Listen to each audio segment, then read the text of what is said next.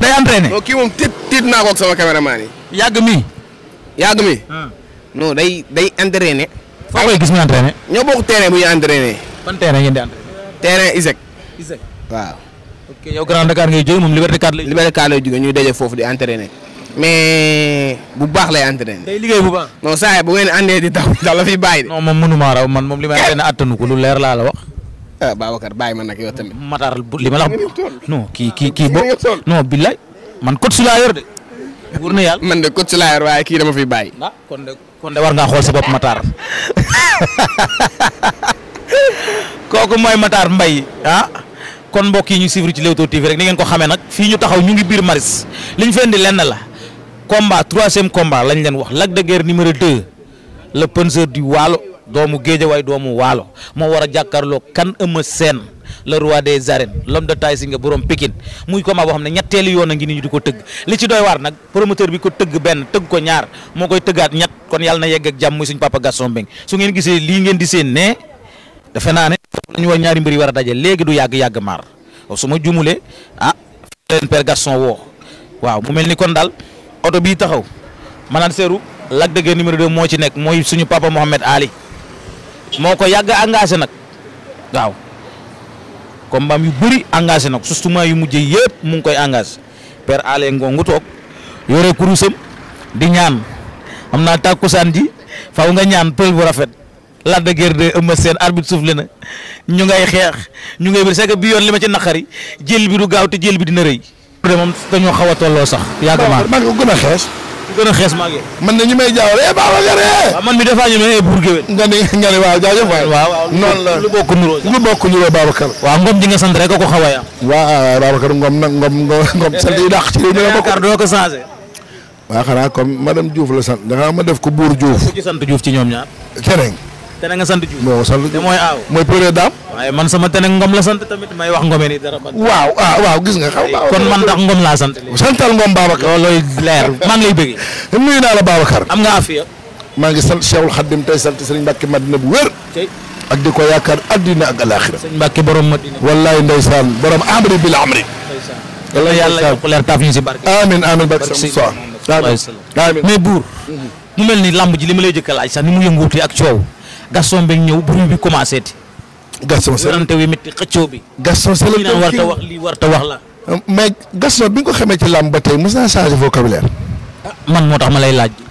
kon nit ak jikko nii la ko yàlla bindee nañ ko bàyyi ni ko yàlla bindee mooy li mu bëgg a wax da koy wax Gaston est-ce que xam nga du nitu couloir. li mu bëgg a wax daf koy wax. fa mu koy waxee nag appréciation la. ñii mën nañ ci d'accord comme ñii mën nañ ci bañ a d'accord mais moom pour quitter avec sa conscience mooy li mu bëgg a wax da koy wax. su ci paree par nañ. am na ñoo xam ne dañ ne façon bi muy waxee day yàq day defar ñii dañu gis ne day yàq ñii day defar kase jaamu yi mu defal ak yooyu. waa xam nga waa mais attends mais buñ demaale wala caché lan la ñu war a wax mais attends mais bu fekkee dañu mel bi da nga ko fay 40 millions génn na 40 millions laa ko fay yow le principal concerné yow le promoteur yow le problème. gisoo ci problème yi. non gisuma ci problème sincèrement parlé fay nañ fi mbër 200 millions lañ ko fay mbër ma waxul kenn waxul nga kese bañ ko fay arrangé ko.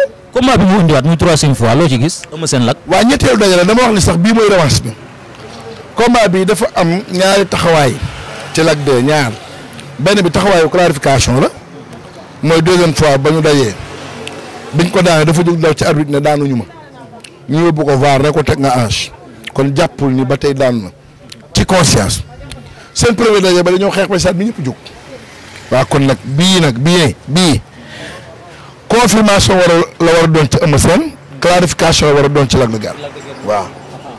am na combat bu ma ciy dégg muy Modou Anta bu Diess ak Diène Kaïré. est-ce que jàpp ngeen Diène Kaïré dina jël Modou Anta. dégg naa ñu man de wax nañ ma ne da ciy bokk tey ci combat yi fii. man de su ma doon béy Kaïré Diène dafa jugee ci combat diggante na Quench amateur yi kenn bëggul ma ñëw gis Diène boo xam ne la mu indi keroog ci bërëb doyuma waxuma laak nga war a indi bëre bu toll ni bu war a mën a daje ku mel ni Modou Anta. mbër mu ës la de. mbër mu ës la mbër mu teg der la mbër mu dur à cuire la te xale bi nag dese na ko ay moromam Diène Kaïré bu fàttali ni Diène examen yi mu def ci mag ñëpp dafa am problème. ban ak ban nga si jàpp. booy sëy am na ca défaite bu ko boo xamante ni que kenn foog ko woon te moo daan te mbër mu rusé la mbër mu xam yoonu bëri la te jéen ma xamoon ci rapidité férocité ak doole dafa mel ni am na luy wàññeeku ci moom. lu ko xañ. waaw luy wàññeeku ci moom dama jàpp ne que dañ koy bëgg bëriloo ci xel te xale da nga koy bàyyi ak fuggam jéen tollagul fu ñu koy imposer expérience déedéet jéen fi mu toll mooy dañ ko bàyyi mu exposer dooleem xale la. maanaam explosé doole ji ci moom explosé. voilà explosé ba noppi épanouir. loolu ko mën a bu demee nag ba yegg ci benn niveau bii nag ñu soog ko formater xel mi nag naan ko léegi professionnel de haut niveau nga nii ngay doxee. ak nee ngay doxee. mais pour yow daal loolu dañ ko anticiper ci moom. waaw voilà dañ ko anticiper ci moom. jéen ba muy dajeeg Koña jéen mi nga xamoon ba muy dajeeg Boy Baol dañ ko bàyyi mu bëri ñun xale bi saan nañ ko ci ay mbapat bi muy topp Lac de Guiers 1 ci mbapat yi nekk xale bu ndaw di bëri ñoom Cheikh Walo bokk ak ñoom benn génération donc bu fekkee ne que xale la te am na doole te yebul baay ji aussi mais ay baay ji day ancien mbër moo xam ne ñi mawul gàcce loolu des fois day arrivé ba ci Boy Niang gis nga keroog ko maam kon Lac de Guiers Boy Niang mi nga xam buñ ko bàyyi woon amaa leen mën na am mais bi mu songee nag rëppatal bi mu ñëwaatee baay bi da ko ne xee dawal wala teel sa bopp. kon ñooñu pression moo tegu seen. ko moo tax doon mbër dafa xaw a metti ci làmb wala wa ilaa mbër yi seen waajur yi di leen joxe quoi bàyyi leen. voilà boo gisee tey ku mel ne Balla Gaye papa ji dernière minute buy waaj a bëre la koy ñëw dégg koy loxo pare na ci moom dem toogi fële. mais lan moo tax yaa tudd Balla Gaye lan moo tax ñee di ay doomi mbër di am pression boobu moom muy doomi mbër te du am pression boobu lu tax. waaw mais attends dama ne la kële Balla Gaye xoolal carrière am kañ la papaam commencé ñëw làmb yàggul père Balla Gaye moo ko daan indi làmb daan ànd ak moom ak magi géej waaye baayam bi mu demee ba nekk mag bi problème management commencé am en tant que kilifa mu ñëw ne kon léegi bés ki tey mën naa jël manager xale bi waaye boo xoolee ñaata combat la ko teewal ñetti combat wala peut-être que ñeenti combat boobu Aziz ngi fi woon te Aziz musul xëccoog moom mais finalement mbir mi dellu la ci ñoom Aziz waaye teewul entourage bi mu doon bëri ba tey lay bëree ñoom Thierno Gueye nga fay seen ñoom Sidiya ñoom Tafa Buuju Baye Ndiaye Aziz Ndiaye ñooñu parce que ñooñu daa àndal bi muy mënee carrière am mais ñu ne bu ñu bëri seen bàyyi day jël chaise toog comme rôle entraîneur des fois loolu day yow nga toog rek Babacar ñu ne tipp sa doom kurpañ yow fi nga toog da nga ko yëg noonu la demee. diggante Balla Gaye ak Bombardier. dama jàpp ni Balla Gaye sax combat boobu la bëggoon moom waaw parce que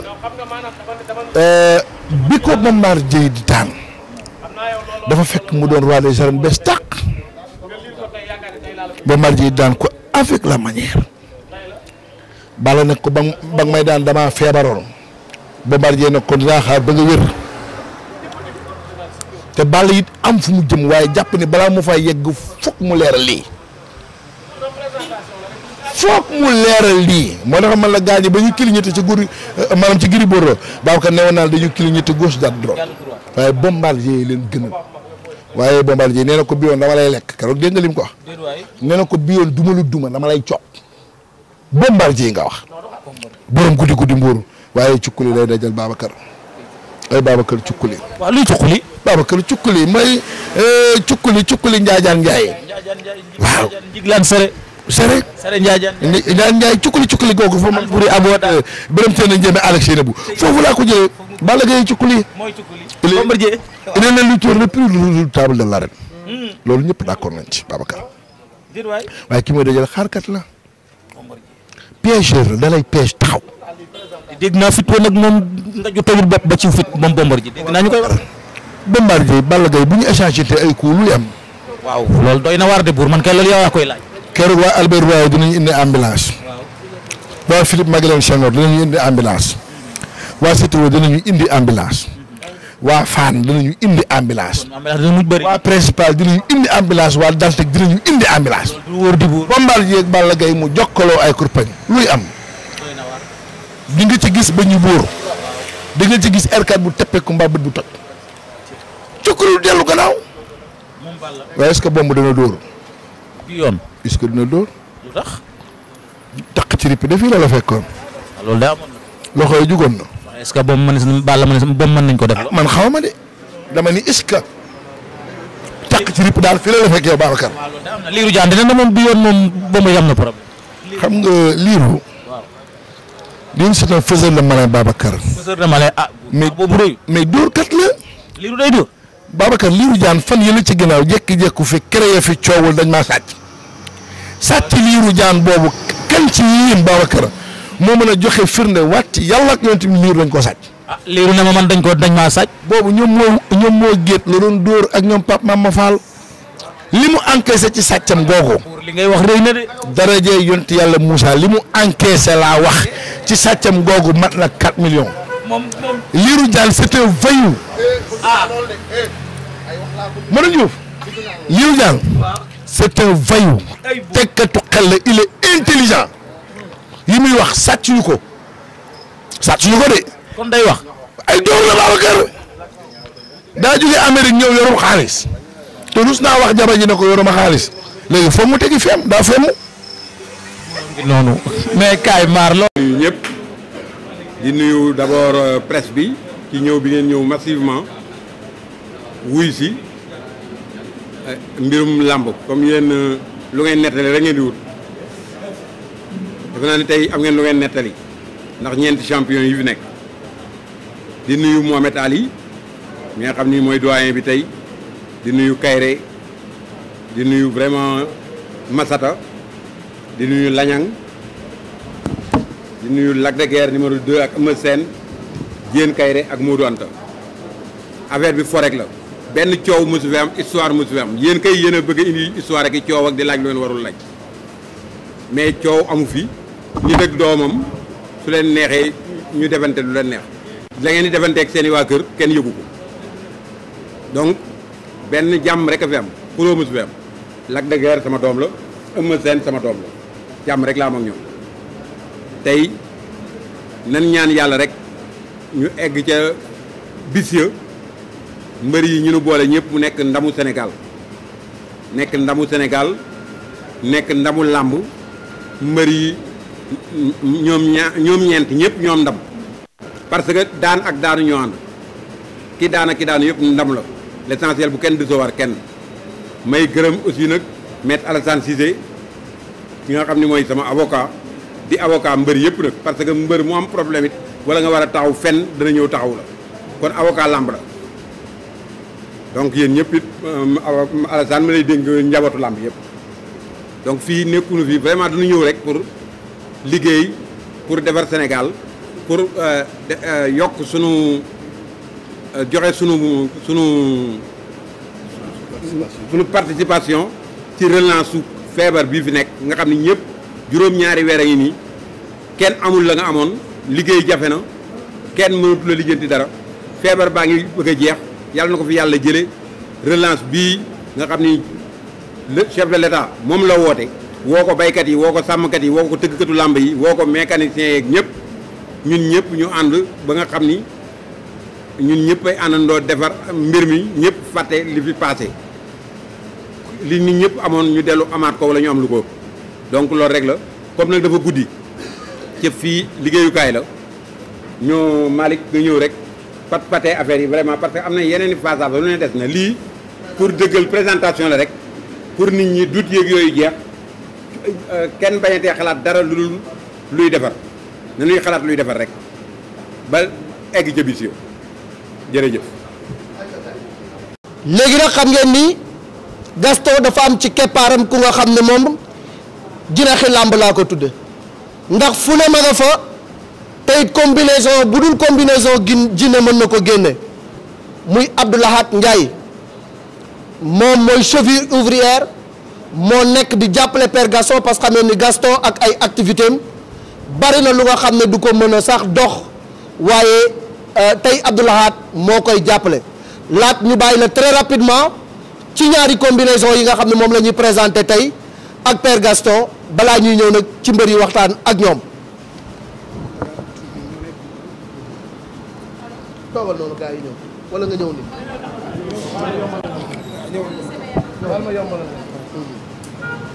ngi nuyu assistance bi teew fii yëpp di santaat yàlla bu baax di gërëm aussi ki nga xam ni wax naa ko sànq donc tey wax ji mënul bari li may wax rek wax leen ko presse bi yëpp laa ko wax nee naa leen tey presse bi yëpp dañoo war a àndandoo jàppale seen bopp mooy jàppale Gaston nag mooy jàppale aussi seen bopp parce que tey retour gagnant la def mënoon na bi muy dellu si bu fekkoon làmb ji ténor yi am nañu combat tey mën nga wax ni Gaston dafa ñëw rek bokk ci marché bi àndaat ak ñoom mais bi mu fi jógee ba tey ku ne mi ngi jooy crise ñi ngi wax ne ténor yi amuñu combat kon retour gagnant la def kon nag yéen ñi nga xam ni presse bi fi ngeen taxaw tey bind ngeen ci wax ngeen ci ba sonn te yàlla def na mënu leen fexe ba am benn combat ténor bu taxaw kon tey jii Eumeu Sène mii ak ki nga xam ne mooy Lac de Guiers tëgg na ko ñaari yoon seeni combat bokk na ci combat yi dàq ci làmb ji Eumeu Sène combat bi gën a métti ci combat am bokk na ci digganteem ak Lac de Guiers muy aller retour deuxième ba yaakaar naa ne arbitre dafa sifflé la ñu daje mu jeex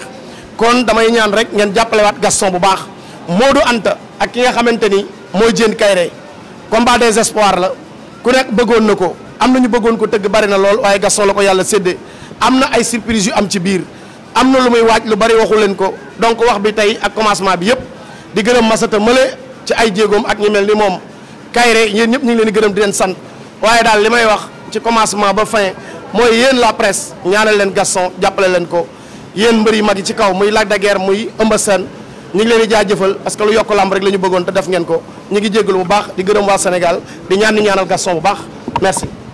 dañuy ñëw ci acteurs yi combat bi njëkk mooy diggante Modou Anta ak Diène Diouf Kaïré wax naa leen ne combat naru ko dàq ndax c'est un combat inédit mooy li ñuy faral di wax ci làmb combat jànq Diène dafa am fu mu bëgg a dem ki nga xam ni Modou Anta tendre ko la perche parce que mën nañu wax ne tey Modou Anta moo may chance Diène Kaïré ndax Modou moo ko jiitu si làmb Modou Anta ak Diène boo leen xoolee morphologiquement bu ñu liggéeyee ba taxaw dara du leen wutale ci taxawaay dara du leen wutale ci dayo dara du leen wutale ci doole waaye combat la bu nga xam ne Diène bëgg na ko Modou Anta bëgg na ko Gaston taxawal na ko dañuy bàyyi Modou Anta mi jóge Thiès mu ñëw wax d'abord moom mi doyen lu tax mu nangu jox Diène Diouf Kaïré chance ak combat bi lan la ko jaral.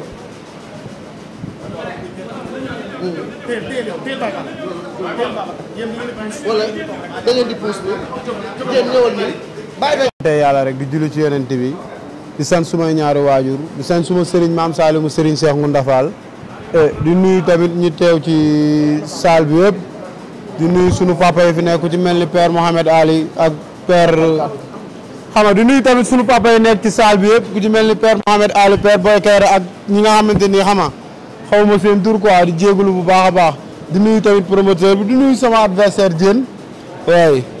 waaw d'abord. am na yeneen adversaire yoo doon yootu.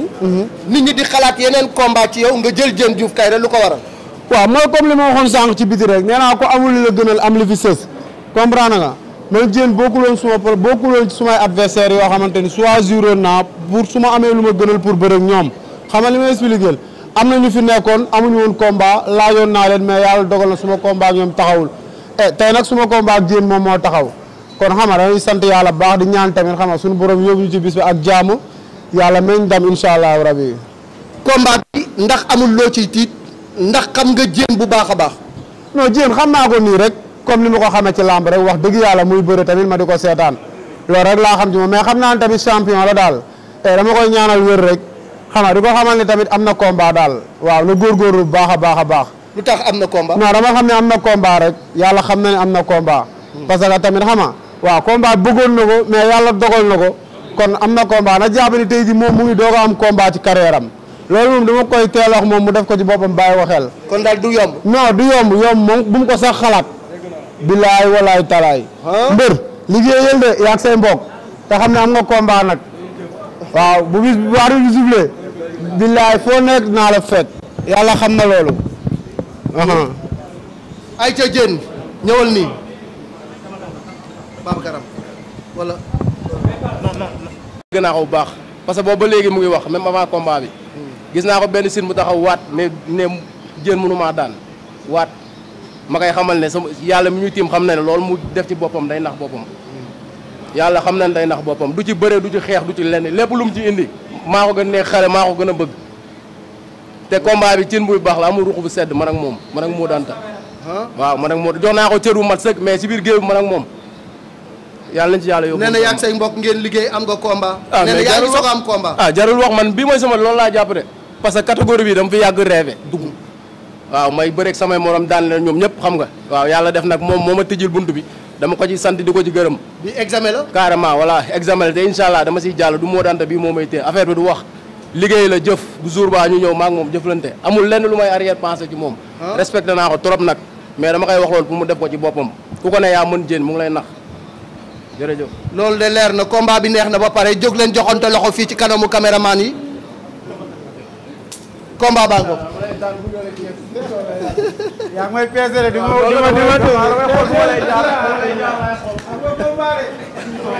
jërëjëf. Diène Sawa nee na Medina la dëkk.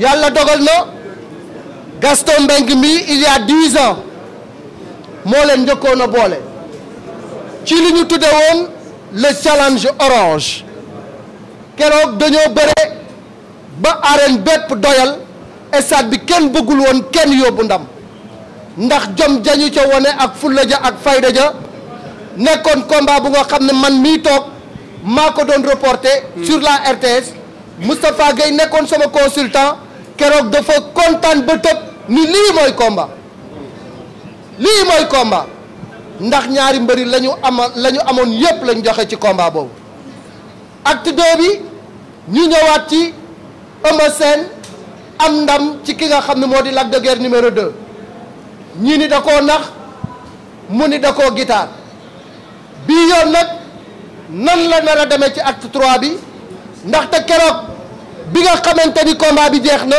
Lac de Guiers gëmul woon ni dafa daanu il a fallu mu ñëw ba ci plateau bi ñu tegal ko ralenti bi mu xool ko ni ko mbër félicitation yàlla na la ndam li jig keroog la dégg muñal bi yoon nag Lac de Guiers nee na ma ci suuf combat bii dama bëgg mu dàq suñu ñaari combat yépp passé